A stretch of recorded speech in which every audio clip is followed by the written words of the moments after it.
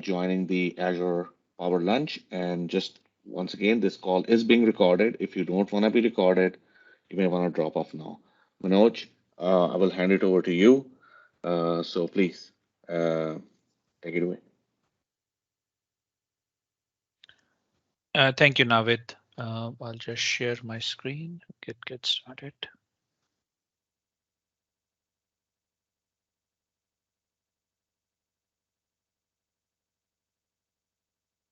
Okay, everyone on the call, are you able to hear me fine? And are you seeing a slide on the Teams channel? Yep, Okay, good. we can hear you. Okay, thanks. Thank you. Yeah, okay. So we'll get started. So I'm Manoj Raheja. I'm a product manager with Data Explorer team. Uh, we recently launched an offering last week, basically a capability within Synapse. So this session is about discussing that capability in Synapse, and it's called Azure Synapse Data Explorer. So it's a distributed storage and query engine. It's optimized for log and telemetry data. And we're going to do an overview session today. But if there is if you have any further questions or something, please reach out to us and we'll be happy to connect with you. So telemetry data is key to the digital transformation. There's telemetry data across the board with smart factories, smart buildings, connected devices. Excuse me. Time series logs, IoT. There's so many tons of data being generated in telemetry, and and it has a couple of flavors. It could be log traces, some kind of event data like clickstream, or security logs, network logs, or IoT data. And typically it is time series data. And it's going to be about huge growth in the next coming years. About 50 billion devices and 175 zettabyte of data, which is pretty huge. So you need solutions to kind of handle this kind of growth and also allow you to get you insights out of that data, um, and uh, and make sense of it. So basically, you want to connect that data, unlock insight out of all this huge data that's been generated and is expected to grow really rapidly. So I want to introduce you to Azure Synapse Data Explorer. Again, it's a distributed storage engine, which is specially optimized for log and telemetry data, including time series. So key pillars are, you can do near real-time insights on your big data. It's optimized engine for interactive querying on log data, because it indexes and compresses all the data as the data has been ingested. And it's integrated offering platform for doing your time series data analysis. We have a bunch of integrations with IoT Hub, IoT Central, and other IoT assets that Microsoft has, as well as a rich time series capability within the platform. And the system scales automatically from gigabytes to petabytes, pretty self-managed. The key scenarios for this engine would be, building near real-time analytics on your custom events, log data, or if you're trying to build a near real-time observability solutions for your telemetry needs. Let's say you want to monitor your applications or your infrastructure and so on. So you could actually build a solution using Data Explorer and other connectors or ecosystem that we offer. And many customers use our platform for security log analysis like Seams product. So in combination of Sentinel, which is a Microsoft Cloud offering for Seams, and you can use complement Data Explorer with Seams and then do security log analytics. And then IoT analytics, building solutions for your connected devices, where you want to monitor them, analyze the data, identify trends, and so on.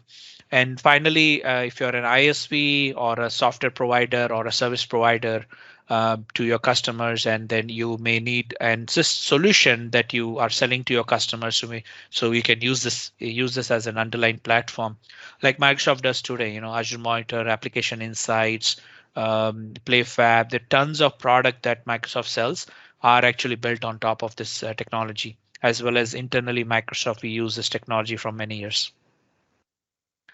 The use cases are across the board, different industries. We're coming from retail, think for, web analytics, IoT, many retailers have IoT devices across the board, tracking inventory or fleet management or many other things that retail does.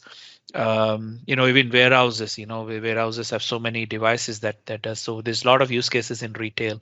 In financial, we're seeing more and more audit logs, and we have capabilities that makes it really easy for you to do audit logs, store audit logs, manage cost. Oil and gas, industrial IoT, historians, time series, grid analysis. There are many use cases in oil and gas and energy specifically, for power generation and other ones.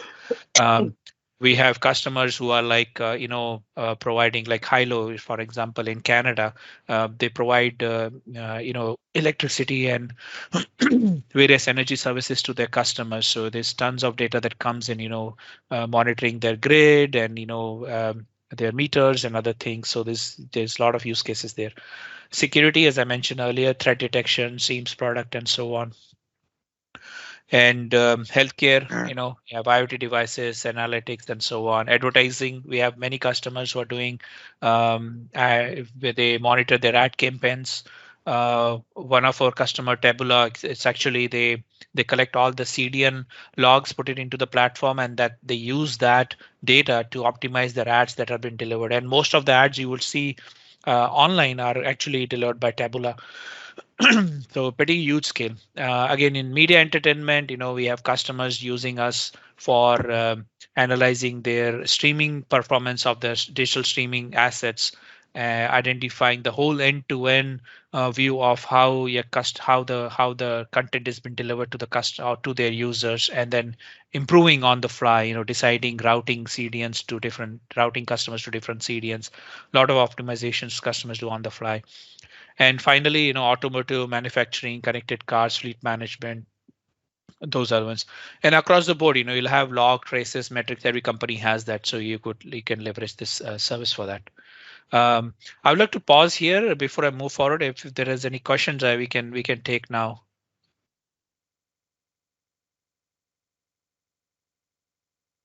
Hi, this is Chris. I have a I question. don't see any. Yeah. Hi. So in terms of log analytics, I have 3 different customers in the last couple of weeks looking for very high volume stream processing for log data like Netflow in the millions of messages per second. So how would I solution out something like this using this product? Sure. Netflow, I am not sure what connectors we would use, but I believe you could come via Logstash. Yeah, Logstash they have plugin. a Kafka connector through Oh, Logstash. Kafka, then best. Yeah, if you have a Kafka, then it's best. We have a Kafka connector, and directly you can bring data into Data Explorer through Kafka. Let me actually see if I can bring up that architecture slide. I think that'll be a good to segue there. Okay, so when you provision a Data Explorer, it's actually called as Data Explorer pool within Synapse. So basically, you will provision a Synapse workspace, go and create, Data Explorer pool there, and the pool basically it creates compute and storage which are decoupled. So this is what in the middle picture here you have 2 type of computes that we provision, and then we provision storage that the compute uses for persisting that data. And then when the data gets into the system, it's indexed, optimized, sharded, and distributed across different nodes on the cluster on that pool. And then when you run queries, they run in a distributed manner. So it's very modern architecture that is designed for cloud scale. And we have customers, having almost like 700 nodes, which is like 60, 10,000 cores, 20,000 cores in single cluster. So we have that kind of customers doing this. So it can scale like huge. Can start a small, like a small cluster with just 4 core machines, and you can go all the way to like thousands of cores. So to your point, you have 2 options. If you have a Kafka, if the data is getting into Kafka, it's very easy. You get the Data Explorer plugin for Kafka, and then it can directly route data into Data Explorer in near real time. or if they're using Logstash, then it can come from there. Somebody is trying to present. Are you still able to see my slide? I think somebody was trying Yes, to we can present. see it. Okay. So Chris, did I answer Yeah, your yeah, question? you're fine. Okay. You did answer the question. Yeah, and yeah, I love the presentation so far. Thanks. Okay. So yeah, let's think up later if we want to like get into more details, and you know my team will be happy to assist you. Okay. Thank you. So so I'll go back to my slide here. So moving on. Synapse is, you know, it's a unified experience. You have all the different capabilities within the same environment, so you can do all sort of analytics into the system and at scale and at basically unlimited scale. So until now, Synapse had two engines, SQL and Spark. SQL mainly data warehousing scenarios, and SQL on demand for doing querying your data lake. Then Spark engine basically doing machine learning and data engineering. So we added the third runtime engine, Data Explorer, which is specifically designed for telemetry analytics, a really optimized engine. So you bring in your data into Synapse, and you use the engine of your choice based on your scenarios. Um, so we talked about some of the technical use cases earlier, building real time. If you are running a log search, log-based solution on premise or in cloud, you get to choose, you get to take advantage of Data Explorer, which is a native offering from Microsoft and was for cloud adoption, or Accelerate or AI option. Yeah, I'll get to it. There's many things that we support that will help you to like do machine learning and other capabilities on the platform, and build IoT platforms and SaaS solutions. We covered the architecture. Let me quickly show a demo, and then depending on how much time we have, we can come back here.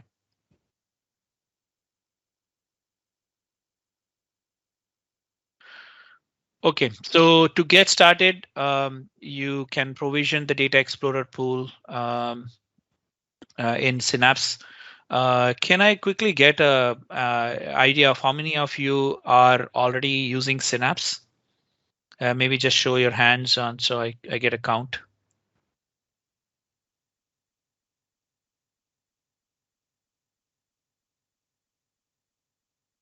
Okay, two of you. Um, okay, so if you're not familiar with Synapse, Synapse basically is an unified offering from Microsoft. You create a workspace, and within workspace you get all these capabilities around data warehousing, and now telemetry analytics, Spark engine, pipelines. Everything is together, and so your data engineers, data analysts, everybody can collaborate together into a single workspace. And other things are like many enterprise customers look for capabilities around more securing the environment. Like, you want to lock down access, you want to lock down public access, or you want to implement data exfiltration protection so that nobody from a company could actually may send data out or connect to unauthorized resources. um, or we want to encrypt your data through customer managed keys, restrict access through firewall. So there are a lot of security aspects that you could configure at the workspace level. So before this offering, basically you will provision you will provision different services, and then you will figure out how to stitch them together, and figure out the networking thing and identities and so on. But with Synapse, everything is together into one workspace. So once you configure the workspace, everything that you spin up will be part of that. So let's say if this workspace is logged on with managed identity, logged on with managed VNet and other settings, and when you go and provision different services, they are all kind of will inherit those. So similarly, Data Explorer, when it's provisioned, it inherits those. So I have a Data Explorer pool provision already. So as we can do it from here and select the type of compute that you want. We have two offerings, and then you can do auto scaling and a bunch of other settings that you can choose. So once the pool is created, then you can access it from the data hub where it shows up here. So this is my pool, and I have bunch of databases on them, and then we'll go query. So the first scenario that I'm going to show you um, is a log. How did you log analysis? And let's say Chris asked a question like, I have this Netflow data or something. Is millions of data flowing into per second. I want to bring into and do analytics. Let's assume we set up a Kafka instance, and Kafka is directly sending into this database. And then once the data is there, how do you interact it? This is one way of interacting it.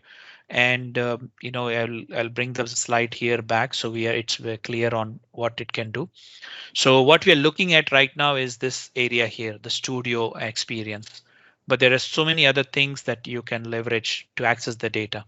APIs, REST APIs, you can make REST call. We have SDKs, we have Power BI Direct Query Connector, we have another dashboard. And if you want to automate, is into Data Factory or Power Automate and Flow.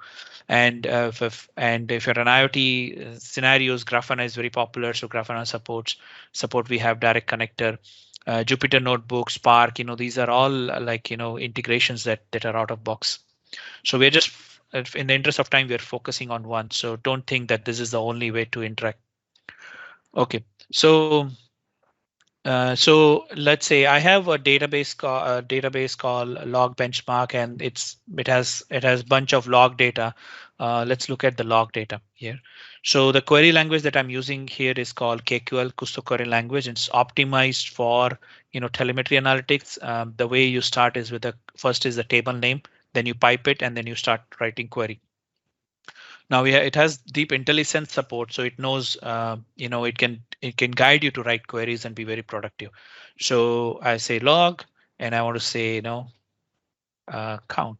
So the IntelliSense will just pop up, or I'll say, let's say where, and it tells me what columns do I have, and it's context aware. Let's say I see project, and let's say I written a big query, and at the end I just only left with 2 columns. Let's say I'm just making it up. So let's say these are the 2 columns that I came through. And then when I'm here, and you will see that now the where will only show me 2 columns here, level and message. So it's so beautiful. Like, it will be very efficient. You can just select the lines that you want to run and run the query. So very flexible and optimized. So let's see. So this is my data here. We looked at few rows. It has timestamp, source, some text column here, and we have some unstructured or text field here, which is like a traces. Now let's see how much data we have. Okay, can somebody tell me how many rows is this?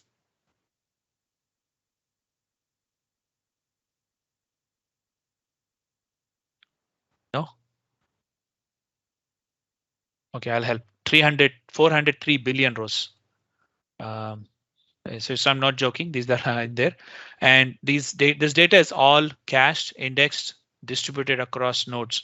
And I'm not using like 100 nodes or many nodes. We have about, I think, 14 node or something, 15 node cluster, or 15 nodes is. And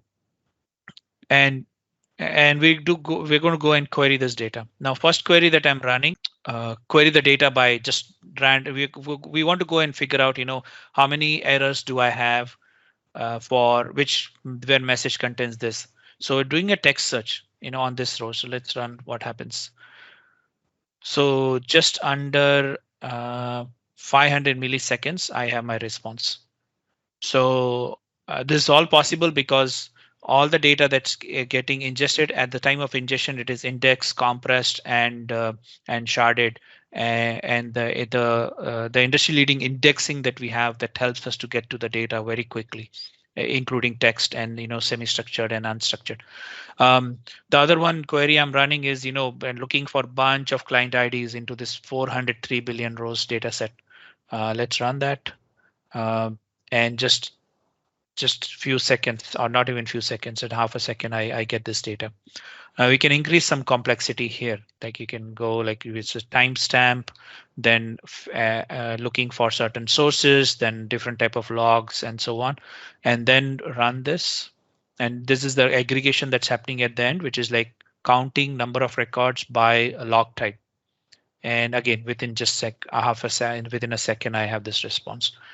We can keep on increasing the complexity, and you can see, system is keeping up and performing.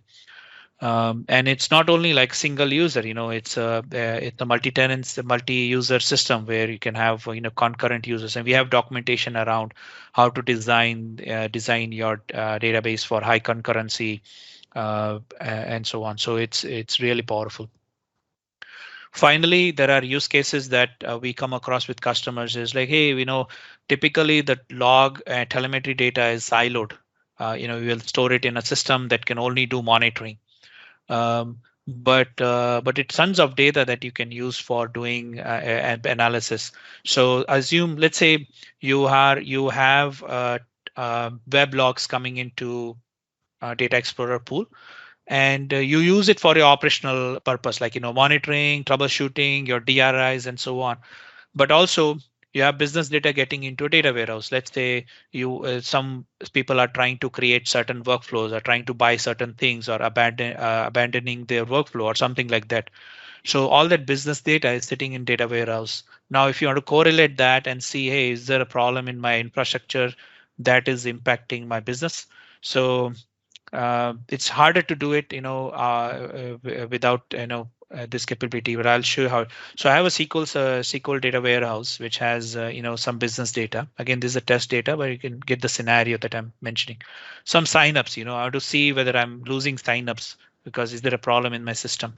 So this first query, we can use SQL request, go and query the SQL data, and then the second query is actually querying the web log data that I have in Data Explorer pool, and then run that together, and then it brings that together and then joined it, and then I know, like, okay, these are the users that were trying to provision, and then they saw failures, and then I see these many log counts, failure counts in my data.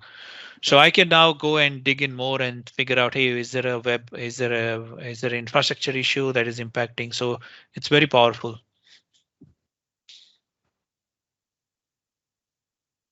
Okay, Navid, how much time do we have more? Sorry, I can't see the clock here. Or No, no worries, man. You have 6 minutes. 6 more minutes. 6 minutes. Okay. Yep.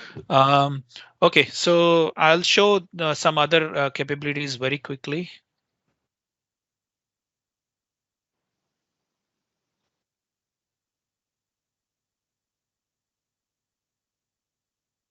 Yeah, I'll share now. I'm trying to get to the next second demo.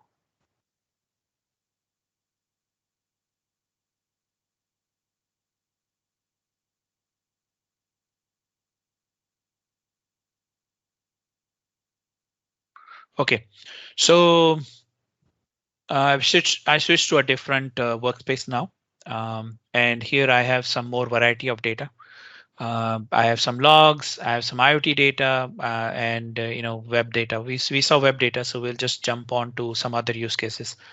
So so this one is I have some streaming. I have some CDN data, like somebody is a digital media company. They're like like Netflix, or somebody news channel and so on. They're streaming. They're offering a streaming service, and when users are actually watching a movie or a show, the CDN collects a lot of information about the experience, and that the experience we can bring it here, and then understand how you can best optimize.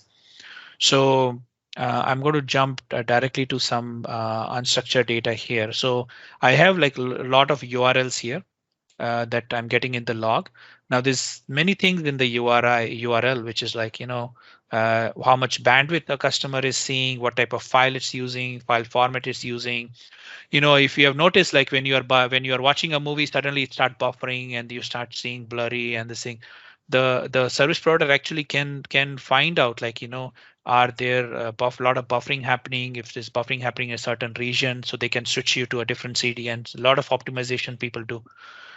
So it helps. This is that I know you can do it very on the fly. So the next query I'm running here is I would like to focus here is the parse. So I can just parse on the fly and then extract the data. So now you see from the URL, I'm able to get to bandwidth. I'm able to get to like time and count. And from there, I can do some time series analysis now. I can go and see are there anomalies in my platform. And then it'll tell me whether there's anomaly for that particular log time or not. Or I can do forecast, see if there is a traffic, if the traffic is going to go up or down in the next 15 minutes, 20 minutes. So these capabilities are built in. These are only possible because the KQL language has all these capabilities built in. Um, there is some unstructured. The next one I'm showing you is you can do some unstructured queries as well.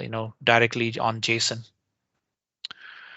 Uh, what else I want to show? Okay, the other one is like if you are using Azure Monitor and you also have logs in here and you have logs in Azure Monitor, you want to correlate them or query them, you can simply query them by referring to the log analysis workspace, refer to the table that you want to access, and then you can directly connect from here. So in this case, the data is not sitting in my workspace. It's actually I'm making a call to the Azure Monitor workspace and getting my data. And now I can join this with other data if I want to in my Synapse. Okay, so maybe we can spend a few minutes for if there is any questions.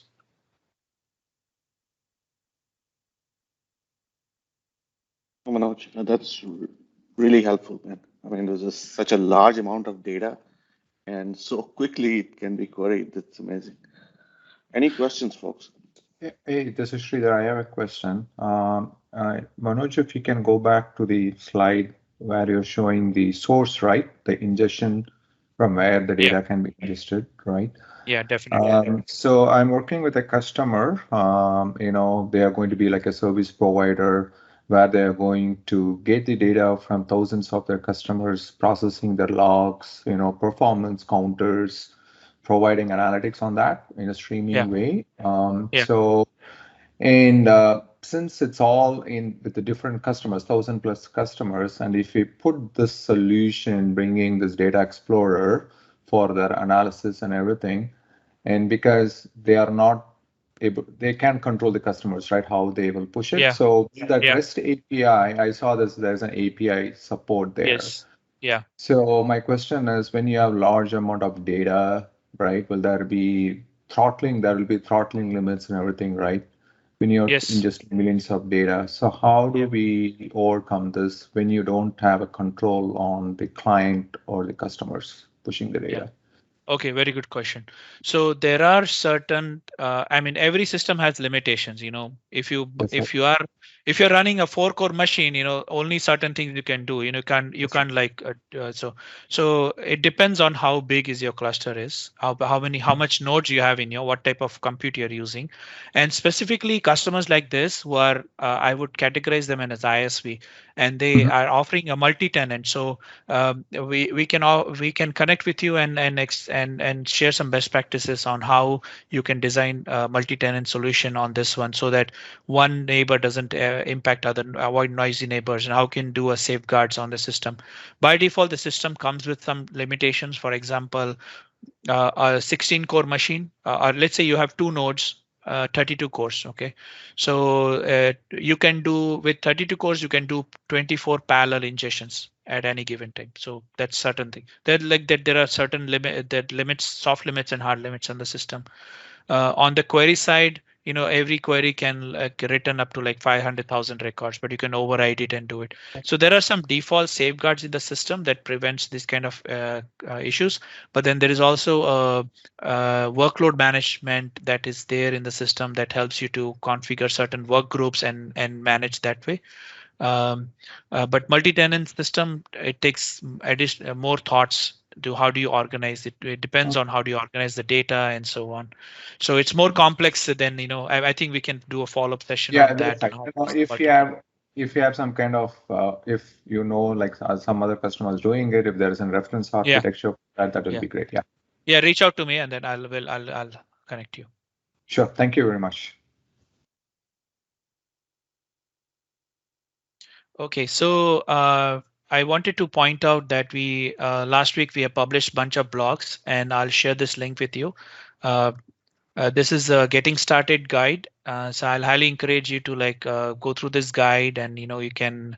It has step-by-step instructions on how to get to a pool and then create it, provision it, so you can try it yourself. And help us if you have any feedback. Okay, Navid, questions? anything else? No, I mean, just asking the audience if there are any questions. I know we're a little bit over time. That's okay. Any questions? Maybe just one more, and sorry guys, I did join a bit delayed. Maybe this was brought up, No. but is there any integration with Delta Lake at the moment? Is that already there? Just asking real quick. No, not directly, but you can use Spark. You can run a Spark job. We have a direct connect, a native connector for Spark, so you can run a Spark job to read Delta Lake and then send that data to Data Explorer.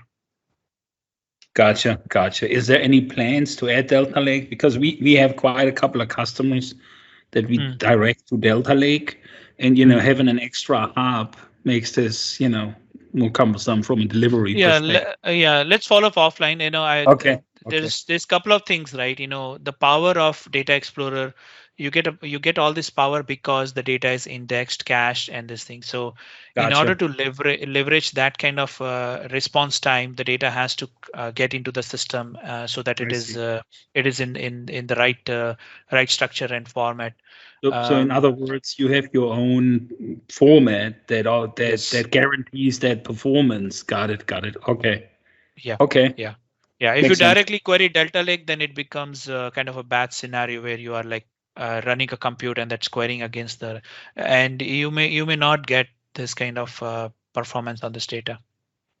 Gotcha. There's a lot of indexing and other things that needs to happen that our system handles behind the scene. That basically all happens behind the scenes. Is that what you're saying? Right. I see. Okay, got it. Thank you. Yeah. Any other questions, folks?